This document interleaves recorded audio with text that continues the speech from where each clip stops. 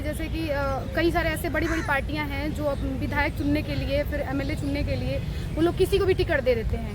तो जैसे कि भोजपुरी सिंगर हो गया, एक्टर हो गया, तो इनसे हम जानना चाहेंगे कि क्या कोई योग्यता होनी चाहिए, क्या वो पढ़ा लिखा होना चाहिए, कि ऐसे ही अगर फेस दे के फेस वैल्यू कि हाँ वो ज़्यादा उसके फॉलोअर हैं इसलिए उसको टिकट दे दिया जा रहा है। तो इनसे जानेंगे सर।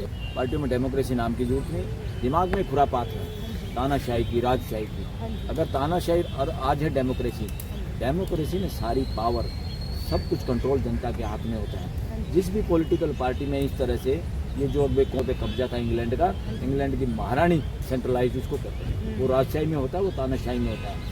लोकतंत्र में ये जो कुछ हो रहा, पार्टियां जो कर रही है सारी अपराध कर रही हैं, संवैधानिक। तो आने वाले समय में सर जैसे कि अभी की परिस्थिति है वो बहुत बेकार इतिहास होने वाला है क्या सर? हाँ, यस। नमस्कार, मैं हूं मर्जीना और आप देख रहे हैं एमजी न्यूज़। अभी हमारे साथ हैं बलराज मलिक सर। अभी हम सुप्रीम कोर्ट में हैं और हम इनसे जानेंगे कि जैसे कि कई सारे ऐसे बड़ी बड़ी पार्टियां हैं जो विधायक चुनने के लिए, फिर एमएलए चुनने के लिए वो लोग किसी को भी टिकट दे देते हैं। तो जैसे कि भोजपुरी सिंगर हो गया, एक्टर हो गया, तो इनसे हम जानना चाहेंगे कि क्या कोई योग्यता होनी चाहिए, क्या वो पढ़ा लिखा होना चाहिए, कि ऐसे ही अगर फेस दे के फेस वैल्यू कि हाँ वो ज़्यादा उसके फॉलोअर हैं इसलिए उसको टिकट दे दिया जा रहा है। तो इनसे जानेंगे सर, इसका जवाब। अभी सारी पॉलिटिकल पार्टियों का खुद भी ना उनके कॉन्स्टिट्यूशन ना उनका बिहेवियर डेमोक्रेटिक है और बहुत सारा इलेक्टोरल रिफॉर्म की जरूरत है और इलेक्शन कमीशन को अब तक काम करना चाहिए था और अंकुश लगाना चाहिए था। पॉलिटिकल पार्टीज़ की इंटरनल डेमोक्रेसी नहीं है, पॉलिटिकल पार्टीज़ में जो उसके मेंबर हैं उनके हाथ में कोई पावर नहीं। इन्होंने केंद्रीयकृत की हुई है, सेंट्रलाइज किया हुआ पावरों को। आम आदमी पार्टी में कन्वीनर मिस्टर केजरीवाल, बीजेपी में कोई नड्डा वड्डा इन नाम के हैं, खाली तो नहीं तो 2 ही आदमी काम करते हैं जिनको गुजराती जोड़ी कहते हैं, गृह मंत्री नरेंद्र मोदी और गृह मंत्री क्या नाम अमित शाह। इन लोगों को सारी पार्टियों का यही हाल है। पार्टियों में डेमोक्रेसी नाम की जरूरत नहीं, दिमाग में खुरापात है, तानाशाही की, राजशाही की। अगर तानाशाही और आज है डेमोक्रेसी, डेमोक्रेसी में सारी पावर, सब कुछ कंट्रोल जनता के हाथ में होता है। जिस भी पॉलिटिकल पार्टी में इस तरह से ये जो अब कौन जीतेगा इस तरह से टिकटे, तो ये एक तरह से लड़ाई जीतने की बात करते हैं। ये जनप्रतिनिधि चुनने की बात ही नहीं करते। इनके दिमाग में जनप्रतिनिधि चुने जाएं और सबसे अच्छे आचरण का आदमी हो, सबसे ईमानदार हो, सबसे अच्छा पढ़ा लिखा हो, सबको समझता हो और लोगों से सही मिलने जुलने वाला हो। अभी तक तो इनके दिमाग में ये बातें नहीं। अभी तक वही 47 से पहले राजाओं के राज में लड़ाई जीतना हारना होता ना, ऐसे ही भी कौन कैंडिडेट जीतेगा, किसके पास पैसा होगा जो पैसों से साड़ी बांट सके, शराब बांट सके, पैसे बांट सके और कुछ भी कुकर्ते कर सके डेमोक्रेसी के नाम पर। सारी पॉलिटिकल पार्टियों की मानसिकता अभी डेमोक्रेटिक करने की जरूरत है। डेमोक्रेटिक करने के लिए इलेक्टोरल रिफॉर्म की जरूरत है ताकि पार्टियों पे एकाधिकार, जैसे देश के मालिक देश की जनता है, पार्टियों के मालिक पार्टियों के वर्कर मेंबर होने चाहिए, न कि वहाँ का प्रेसिडेंट, सेक्रेटरी या उनकी सेंट्रल बॉडी या central committee. That is nonsense. ये उसी तरह से कर रहे हैं जैसे सारा जब देश ये गुलाम था और दुनिया भर के देशों पे कब्जा था इंग्लैंड का, इंग्लैंड की महारानी सेंट्रलाइज उसको करते हैं, वो राजशाही में होता है, वो तानाशाही में होता है। लोकतंत्र में ये जो कुछ हो रहा, पार्टियां जो कर रही है सारी अपराध कर रही हैं, संवैधानिक अपराध कर रही हैं और डेमोक्रेसी को कमज़ोर करने में इन पार्टियों का, सभी पार्टियों का मैक्सिमम हाथ है। अगर ये काम इनके वर्कर करें, उनकी राय पूछी जाए, उनके हिसाब से कैंडिडेट का चयन हो और लोगों की भी, हल्के के लोगों की भी भागीदारी हो, तब सही लोकतंत्र की स्थापना होगी। ये अभी तो लोकतंत्र के विरोध में काम करें, कोई भी पार्टी हो, सारी की सारी अपराध में शामिल है, सारी की सारी तानाशाही में शामिल है, सारी की सारी अनडेमोक्रेटिक, अनकॉन्स्टिट्यूशनल सिद्धांतों के आधार पर चलती हैं। और तमाशा देखता है इलेक्शन कमीशन को जो काम करना चाहिए तो उसने तो किया ही नहीं। वो तो एक दुकान बन के रहेगा एक तरह से, जैसे किसी की निजी दुकान हो और वहाँ पे जो सरकार आती है, सरकार में होते वो उसका मिसयूज करना चाहते हैं। ये सब ऐसे ही हैं। संवैधानिक संस्थाओं का इस तरह से बना दिया हाल, जैसे अब मैं बहुत रॉन्ग शब्द हो जाएगा, वो मैं करना नहीं चाहता, कि जैसे ये इनके अपने पपेट हैं, जब चाहे जिस तरह चाहे यूज करें। इसको तो आम व्यक्ति को समझना चाहिए इसको, क्योंकि थोड़ा सा हमारे देश में कुछ ही लोग पढ़े लिखे हैं, कुछ लोग समझदार हैं, लेकिन फिर भी वही चीज़ करते हैं जो चीज़ देखते हैं कि नहीं, समझदार देश की जनता है, पर लोग ऐसा ही महसूस करते हैं कि भाई ये पॉलिटिकल पार्टियां ऐसा कर रही हैं। अभी इस देश में एक और खुरापात चल रही है। सबसे पहले तो यहाँ गवर्नमेंट का हिंदी मीनिंग सरकार उन्होंने बनाया हुआ है, सरकार नहीं है हो सकता, सरकार तो राजशाही में होता है, हाँ जी, तानाशाही में होता है। सरकार वरकार कुछ नहीं होती, व्यवस्था होती है, संविधान के तहत व्यवस्था होती है। गवर्नमेंट का मीनिंग भी बदल देने की जरूरत है। हिंदी में इसका नाम होना चाहिए व्यवस्था। और रूल ऑफ लॉ भी एक बकवास शब्द है, बकवास नरेशन है। रूल ऑफ लॉ नहीं, क्योंकि यहाँ रूलर नहीं है, शासक नहीं है, इसलिए रूल किस बात का? राजा और प्रजा का जमाना नहीं है, ये लोकतंत्र है। यहाँ सारी की सारी पावर लोगों के हाथ में है, तो इसलिए यहाँ रूल ऑफ लॉ नहीं, या तो कहो रूल ऑफ पीपल या सिस्टम ऑफ लॉ। यहाँ रूल वूल किसी का नहीं, एक जनता का भी रूल नहीं, कोई लाठी थोड़ा चलानी है। तो सिस्टम व्यवस्था होती है। और संविधान हमारा मानवीय व्यवस्था की बात करता है, जिसमें पूरी मानव, न केवल 140 करोड़ इस देश के, बल्कि 800 करोड़ जो लोग हैं उनके लिए भी बात करता है संविधान के। सब पड़ोसी देशों के साथ अच्छे संबंध बनाए जाने चाहिए, और वो मानवीय व्यवस्था से होगा। इसलिए हमारे देश का संविधान मानवीय व्यवस्था को स्थापित करने की बात करता है, किसी पॉलिटिकल पार्टी की सत्ता के लिए नहीं। और संविधान में ना ये लिखा है बीजेपी की सत्ता, या मोदी सरकार, या केजरीवाल सरकार, या XYZ सरकार। This is nonsense.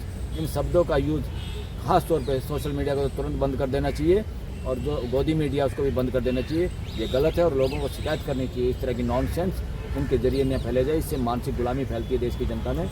मोदी सरकार, बीजेपी की सरकार, कांग्रेस की सरकार, आम आदमी की सरकार, किसी की सरकार नहीं, किसी के बाप की सरकार नहीं। यहाँ कोई सरकार नहीं, यहाँ व्यवस्था है, और उस व्यवस्था के असली कर्ता धर्ता सारे इस देश के लोग हैं। People of this country are supreme. No chief justice, no prime minister, no governor, no CM is supreme. Supreme is the people of the country and the system of law.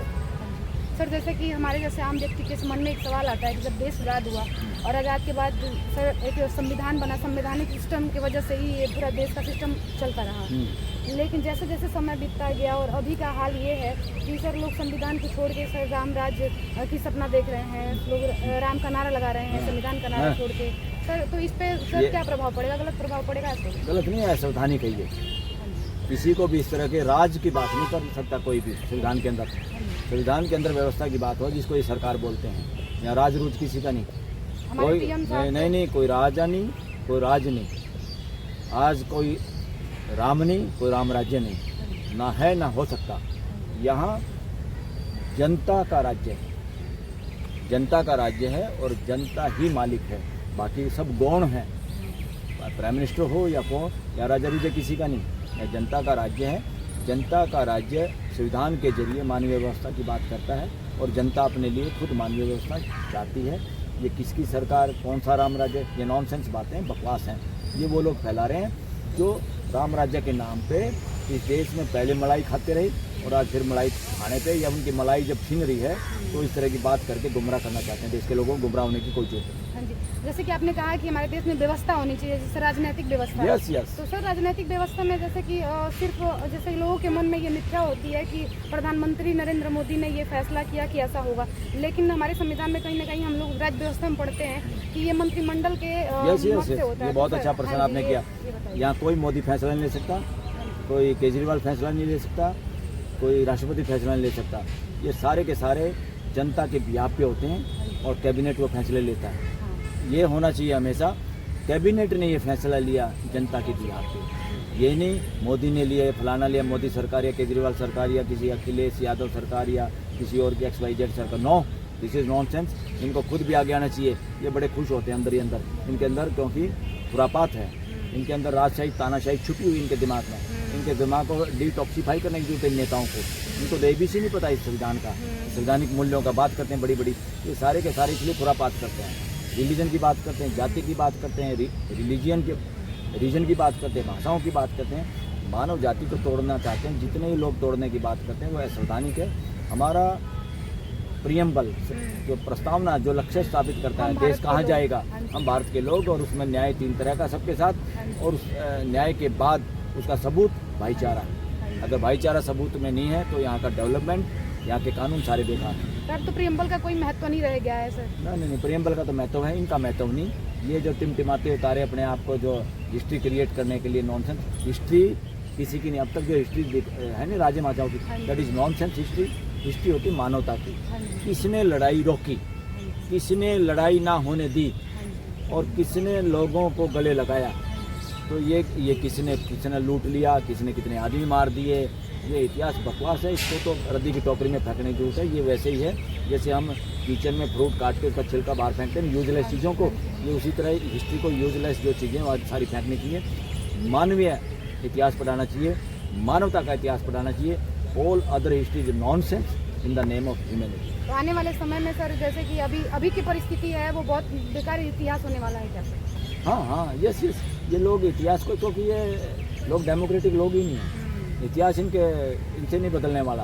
ये तो मानव जाति लोग बड़े समझदार हैं, हमेशा लोगों ने ही तो इतिहास को बदला है। जो ये नाम किनके छुपा देते हैं, लिख लेते हैं, ये जो कहते हैं ना बार बार टीवी पे मैं आऊँ या जो मैं चाहूँ मोदी ने फैसले XYZ ने लिया या राहुल गांधी ने लिया, केजरीवाल ने लिया, दिस इज नॉनसेंस।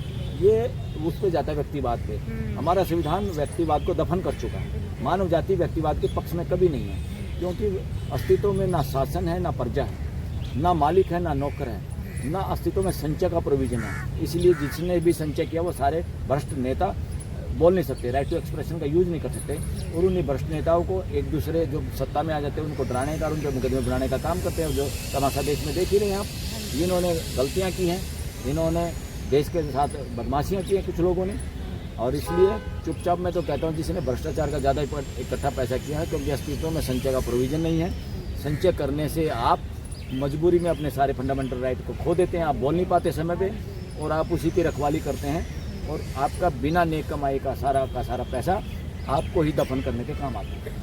सर बहुत बहुत धन्यवाद, क्योंकि जानते हैं आजकल जैसे आम लोग हैं ना, उन लोगों के मन में ये सवाल आता है लेकिन जवाब नहीं मिल पाता है। बहुत लोग समझ ही नहीं पाते हैं, बहुत लोग सलाह भी देते हैं तो वो समझते हैं कि क्या गलत है क्या सही है, लेकिन आपकी वजह से बहुत लोगों के मन में ये सवाल का जवाब मिल जाएगा। और बहुत लोग, और देश में इंडिविजुअल एक आदमी के साइन से कोई काम नहीं होना चाहिए डेमोक्रेसी में। जैसे इवन चीफ जस्टिस हमारे यहाँ सुप्रीम कोर्ट में, वो मास्टर ऑफ रोस्ट है, जिसको मुकदमा चाहे वहाँ लगा सकता है किसी जज को। कई बार किसी और जज के था, बदल के किसी और जज को लगाया, बड़े आरोप लगे कि सरकार के प्रेशर में है। इसलिए सिंगल आदमी के साइन से कोई काम नहीं होना चाहिए देश में। डेमोक्रेसी का ये तकाजा है, डेमोक्रेसी का ये सिद्धांत है, इसमें इसीलिए देश में कैबिनेट का वो है। कैबिनेट मतलब सब मिलजुल के तो फैसला करते हैं, इसलिए सुप्रीम कोर्ट में भी कम से कम 5 सीनियर जजों का उसमें शामिल होना जरूरी है कि कौन सा केस कहाँ लगे, और वकीलों को सबको उसका पता होना चाहिए कि this is the system in the court. ये हाई कोर्ट में भी होना चाहिए, और वहाँ भी ऐसे होना चाहिए PM ऑफिस में। PM ऑफिस सेंट्रलाइज ना हो जाए, तानाशाह ना हो जाए वो दफ्तर, वो डेमोक्रेटिक रहे और वो राजशाही का शिकार ना हो। इस पर देश की जनता को लगातार निगरानी रखनी है और इस पर बोलना है, और इसमें सबसे ज़्यादा ड्यूटी बनती है देश के युवाओं की, जिनका सपना बड़ा है इस देश में भाईचारा और पूरी मानव जाति के साथ सुख शांति से जीने का, जिनका लक्ष्य है समृद्धि के साथ, उन सबको इसमें अपना रोल अदा करना होगा। थैंक यू, बहुत बहुत धन्यवाद।